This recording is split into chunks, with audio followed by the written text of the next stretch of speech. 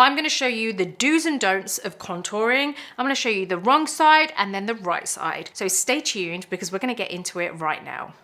So I have my skincare on and I have a little bit of concealer on my eyelids and I've got a super light coverage foundation on, which I've just lightly buffed into the skin, hardly put any of that on. The only reason for that is because I am aware that some of you actually like to contour after foundation and some like to contour before foundation. And I thought, you know what, I'm gonna meet you guys halfway. We're gonna do the sandwiching technique, which is basically where you put a layer of foundation, super thin layer, do your contouring, and then put a super thin layer of foundation on top. So you can take your pick. This actually doesn't make a difference to the whole look whatsoever in terms of the contouring side. You need to just focus on the contouring, right? So just focus on the placement, the blending, everything like that. We are going to be doing one side which is the wrong way and one side which is the right way. I'm going to be showing you the do's and don'ts. So we're going to do the do's on this side and the don'ts on this side, and we're going to work in sections. So we're going to be doing the forehead and then go ahead and do the right side, do the wrong side of the nose, the cheeks, the jawline, do the right side on this side. So you can really see the difference it makes and how it really does change the shape of your face. Now let me just very quickly explain what contouring is. Contouring is where you are using two different shades, one being a very light shade, which is quite lighter than your skin tone, and one being a dark shade, which is much darker than your skin tone. These two shades, when they are applied hand in hand, create magic, because what it does is it manipulates the shape of the face. You are creating light areas to help kind of like enhance certain areas and make surface area look big. You are creating dark areas with the dark shade to disguise certain areas or change the shape, create shadows and give the illusion of certain shapes. These two shades working hand in hand, like I said, create magic. You are not going to get the full effect if you use the light shade on its own or if you use the dark shade on its own. You will get amazing results if you use both hand in hand. This is where we are going to be using two different shades. The light shade that I'm going to be using is the Tarte Shape Tape Radiant Concealer in 35N Medium, and then the dark shade is the Nars Cocoa shade. It's the Nars Radiant Creamy Concealer. So let's go ahead and start with the light shade, and I'm going to do this on the wrong side. And this is where these are mistakes that I see happening quite a lot. We're going to be using the light shade here. We're going to work on the forehead first, and this is where I am going to be I'm just going to literally do that. Next, I'm going to be doing the right side, and this is where, if you feel like you're getting value from this video, then please do hit the thumbs up button because it's really going to help my channel out. If you want to see more videos like this, then don't forget to hit the subscribe button and also that bell button so that you're notified every time a new video drops. I am on all of the social media platforms listed below, and links to these can be found in my description box below, along with some amazing discount codes from some of my favorite beauty brands. Thanks so much for your support. Now let's get back to this video. I am applying it in a different place, and you're also going to see a difference in the way it actually looks. Now, let me just very quickly explain what is so wrong about this compared to this. Well, this side, we've just kind of applied it, and I know in your mind you might be thinking, well, when I blend it, it's all gonna blend out anyway. But honestly, this does make a difference. Your application makes a huge difference because it's patchy, it's not even, and it's gonna be much harder to make it look perfect if it doesn't look perfect to begin with. So I always do find that starting out in as perfect a way as possible, and again, there's not really a perfect way, but in as clean a way as possible is going to determine a much cleaner finish. If you start messy, you're going to end up ending messy. The next step would be to use your sponge to kind of buff it out, right? So what I want to do is just kind of like buff this. I'm just going to buff this out. Just, that's it, right? I'm going to do the same on the other side. Another thing that I want you to look at is the size. This has covered the whole forehead there more or less, and this is much smaller. This is where we are going to keep it in the same area. We're trying not to make it much bigger. We're just looking to really buff the edges of what we've applied. Now, hopefully you can actually see that this is much whiter all over, and this is just white on this area here, and that's it. Now, what does this do? This helps to enhance the forehead area. This is helping to make that area look bigger. I can already tell that this side looks much bigger than this side. So hopefully you can see that too. Now, the next stage of the forehead contouring is using the darker shade, which is the Nars Creamy Concealer in Cocoa. And this is where we are going to do contouring along the perimeter of the forehead. So this is where we're going to go like that, right? That's the wrong side. We are going to go here. Hopefully you can see the difference there. Now, what's so wrong about this side? What is wrong about this is that there's a massive gap between where I've applied it and your hairline. So you can see there's a big gap. It's just basically in the middle of my forehead. And the problem with that is when we start blending it, it's just gonna look like we've almost got a double hairline. Like it's not gonna blend into the hairline. Here you can see it is much closer to the hairline and it's also not so far up. Now, there are different ways to contour your face because obviously if you have a round face, your placement is gonna be different. My face is kind of semi-round. It's in between round and oval, I feel. So I do feel like I need to put it more on the side here in order to slim my face a bit. So not so much up here to make it shorter, if that makes sense. So any way you apply it is going to help to kind of squish that together. So here, that isn't really going to do much. It's going to look very, very odd, and I'm going to show you why. Now we're going to blend, and this is where I'm just going to use my Charlotte Tilbury Hollywood complexion brush. And this is another thing that I see happen is people will blend it, but you still got that gap there, right? So that hasn't actually done anything other than look like I have a weird bruise on my head. Now here, what we're going to do is we're going to go into the hairline. See now how you can't see a gap there, but it's kind of like shaped my face nicely. So that is the correct way to do the forehead contouring. This is the wrong way to do the forehead contouring. You can already see there's a big difference in how that looks. Let's now work on the under eye area, and this is where you contour that area, which kind of like works hand in hand with other areas, but I want to show you the wrong way first. We're gonna apply this right under the eye. Now we are going to apply it here. Let's talk about this now. What's so wrong about this? Again, there's patchiness there. You are going to get not a very clean finish on the under eye area. And even though it may look clean once you've blended it, you'll actually find that there's a huge difference in how it ends up looking later on in the day because it's very uneven. It's been set very unevenly underneath. This here is way too much as well. It's way too close to the lower lash line. This is what gives you that mask effect. This looks way OTT and it just doesn't end up looking natural on the face. There is a way to make contouring look natural. This is not it. The shape is all wrong. It's covering too much of my cheek area. It's not really focused on covering dark circles. It's kind of just a bit too much. Now moving over here, you can see I've left a gap on the lower lash line, which means that it's not going to end up giving that mask effect. It's actually just going to cover the dark circle where we need it once we blend it. And then we've got a very small dash just under the lower lash line, which goes upwards. This helps to lift the area. So it's actually doing something, right? As opposed to this, where this is just straight, it's not really going to do any, there's no lifting. This is actually going to lift without worrying about excess coverage. So let's go ahead and now blend this. This is the first mistake I see when it comes to blending. You use a brush to blend it.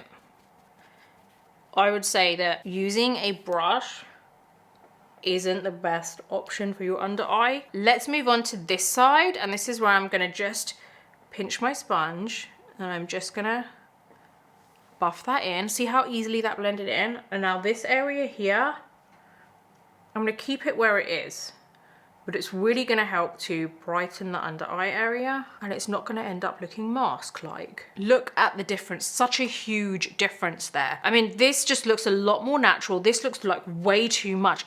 Your contouring, it shouldn't look like this. It shouldn't look like there's so much product there.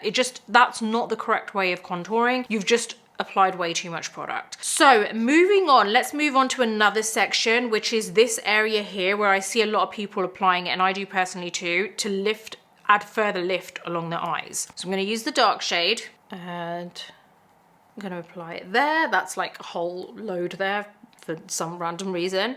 And then here, just doing a little dash there. There's literally no point of that. I see people doing it there and I don't understand why. I actually understand why, because I guess you're trying to kind of like slim it down again, and also lift the area, but that doesn't actually do anything. In fact, what it does end up doing is making you look like you have hollow temples, which actually is quite aging. So let me just buff that in. Again, it just looks like there's too much there. Now when we get to this part, this is not about making the area look hollow. This is more to do with lifting the area, and it works hand in hand with this area there. It just helps to give that slight lift. Moving on to the cheekbones. So let's get started with this cheekbone contouring. This is where I see a lot of wrong stuff happening. So we are going to start the contouring And that is way too low. I see a lot of people applying your contour like way too low, and all that does is make your cheeks look big, and it just looks like it's not in proportion. There's no balance to the face. So let me start here. I don't feel like a lot of people work on a kind of like, almost like, how can I explain this? Like there's no area that they look at connecting it to. Whereas when I do my contour, I always say to people when they're like learning from me is that always go by the top of the ear or the middle of the ear, whatever seems right between that area based on the proportion of your face. Now this is very low, and also it's coming, it's just, that isn't where a cheekbone would be. So I'm gonna go here because based on the proportion of my face, I feel like the top of the ear is the best place.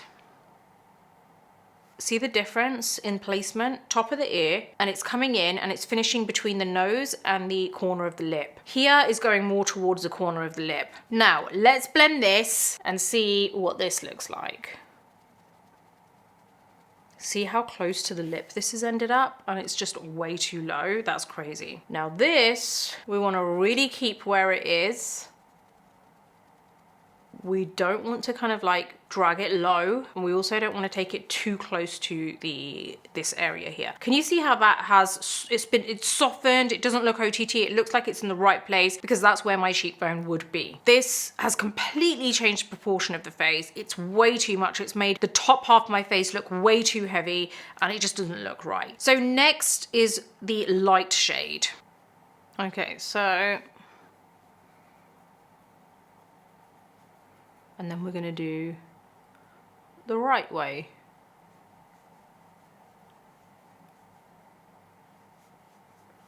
Okay, so what is so wrong with this side? Again, way too much product. It's not even. It's gonna end up just looking really bizarre. We're gonna just buff this in. And you can see how it's, the minute you start buffing, it just starts overlapping other areas and it just doesn't look right. And before you say anything, guys, I sometimes hear, like when I'm doing these do's and don'ts, some people say, oh my God, who would even do it that way? But the only reason you say that is because you are probably okay at doing it. But there are other people who just don't understand the placement and find it just a little bit more confusing or difficult. And there's nothing wrong with that. That's the whole point of this video, is to try and actually help them. And hopefully little things would help you too. But please do understand that this is not extreme, because there are people who do contour this way. And once they've applied everything on top, it doesn't look as drastic as this, but it genuinely can be a lot better, you know, because obviously you don't do this and then just walk out. So please bear that in mind. Moving to this side, we are gonna buff this, but we're gonna drag this down a bit. But we're keeping it in the same place. See how that's really helped hand in hand with the dark shade? And then here, just a little bit on the chin. We don't need to cover the whole lot. We don't need to cover everywhere. The whole point of this is to help to manipulate the shape of the face, not cover everything up and disguise everything fully so it looks like one big thick mask. Now we're coming to the interesting part, which is the nose. So this is where we're gonna take the dark shade and we're gonna do the side of the nose.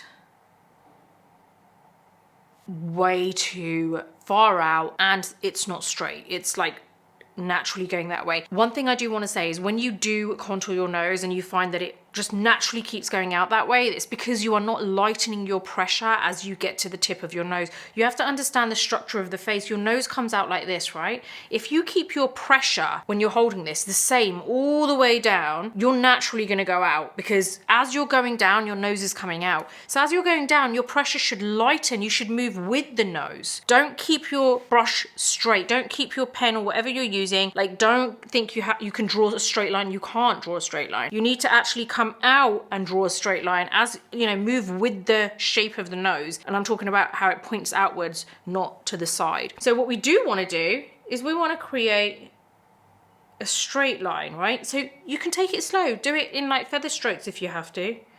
You don't have to, you know, go down, you know, in one line. There you go. Can you see how much straighter that is? It's much better. Now let's blend this, and I am just gonna buff it like this. That's it, that's all I'm gonna do, right? Because I see people buff it, but they don't think about where they're taking it. Now this bit here, we're gonna drag. We're gonna drag down to the side of the nose. And the reason for that is because it creates a shadow and it doesn't look like just a line there then. It actually looks like a shadow, see that? Now I'm just going to get a concealer brush. I've got a bit of the light concealer on the back of my hand. I'm using a concealer brush because I find the concealer brush a little bit too thick for this bit. But what you do want to do, this is difficult to show you the wrong way and the right way because I only have one nose obviously. So I'm just going to show you like how to really kind of apply your light shade so you're not necessarily applying it in the wrong way. Go on a straight line. You can use your finger to buff this. But you can see this side is going out a little bit there because of that dark shade. And lastly, we have the jawline. So this is where we're gonna apply it there. And then here, we're gonna apply it under. This is a common mistake I see happening where people just apply it above the jawline and they don't apply it below. If you apply it above the jawline, what you're actually doing is just making it look like you have, like, it just doesn't look right. It's just not gonna look normal. You need to focus on applying it beneath the jawline to create a shadow. The whole point is to create a shadow, not to create a random line. So let's now do this. Let's blend it down. Messy, right? It just, everything's not in proportion. It's below the jawline. We're gonna drag down to create that nice shadow. There you go. It looks more like it's sharper. You can see the sharpness there. Here it just looks weird. There you go. That is the wrong way. I don't know how to explain the wrong way, and we've got the right way. Now I am going to show you how you can apply foundation on top, and then you're going to really see how this actually looks after foundation too. But hopefully you can really see how this looks right now. Like you can see how this looks kind of semi-normal. Obviously we still need to apply a little bit of foundation, but it looks like, you know, I've just enhanced certain areas of my face. It doesn't look like I've really drastically tried to move features around like this area. So this is where you want to get a very kind of like light to medium coverage foundation, and you want to apply a very thin veil of foundation on top. I am going to be showing you how you shouldn't apply your foundation on top of contour. So I'm going to be using a more kind of like full coverage foundation, because I always get this question with contouring, like if you put foundation over it, should you be using a full coverage or a kind of like light coverage foundation? And you can't apply a full coverage foundation on top of contouring, because all you're doing is basically covering everything up, right? So hopefully you will still see how these are just in the wrong places anyway, but I'm gonna go ahead and apply a full coverage, and the full coverage I'm using is the KIMIKO 2-in-1 full coverage foundation. Can you see how that's just literally covered it all up, like immediately? There's another mistake here that I really want to go into with you, which is applying a foundation with a brush on top of contour. I'm going to get my brush. This is my Sigma F47 brush, and I'm just gonna, there's so many things wrong with this. Like, one, it's just covering everything up, and you're just like literally distorting anything that you've done. Literally, there's no point. There's no point in anything there. See that? It's just wrong. Okay, so we're gonna go with a light to medium coverage foundation now, which is my Nars Sheer Glow foundation in Barcelona, and very small amount on the sponge. Very light coverage. We're not putting a lot of this foundation on. You're gonna see how this looks way better than the other side. It just looks more natural. And you know what? The great thing is you can still see the contour coming through. Like, look at that. You can see that cheekbone still coming through. Here is way too much. There's too, look at the under eye as well. It looks completely different. Let's very quickly set this. So I'm just gonna go ahead and set this in the same way. And I've got my Makeup Forever Ultra HD powder. I just can't believe how much of a difference it makes, like when you contour. Lightly dust this over. Honestly, I can't begin to explain the difference. You can see it yourself. I mean, look at this. Much more natural looking. You still got the sculpting on the cheekbone. You can see there's a lift here, which is really nice. My jawline is nice and sculpted, very sharp. And then you got this side, which is actually looking quite flat, and there's just, I can see patchiness around here. It's not a sharp jawline. In fact, it's in the wrong place. And the under eye, this is where If this is how your under eye looks after, you know why now. So honestly, there is such a difference between contouring in the right way and the wrong way. The do's and don'ts are honestly quite drastic, and I would say that you really need to practice as well. Don't think that it's just a case of like whacking it all on and then hoping for the best. It doesn't work that way. You really have to understand your features as well. So hopefully this has helped you to understand the do's and don'ts of contouring, and now you understand why placement is so important, why blending is so important, why sizing is so important. So I really do hope you've enjoyed this video, and if you have any questions, let me know in the comments box below. All the products are listed in my description box. If you like this video, give it a thumbs up. Don't forget to subscribe to my channel and hit the bell button so that you never miss any of my future videos. Until the next video, take care, and I'll see you soon.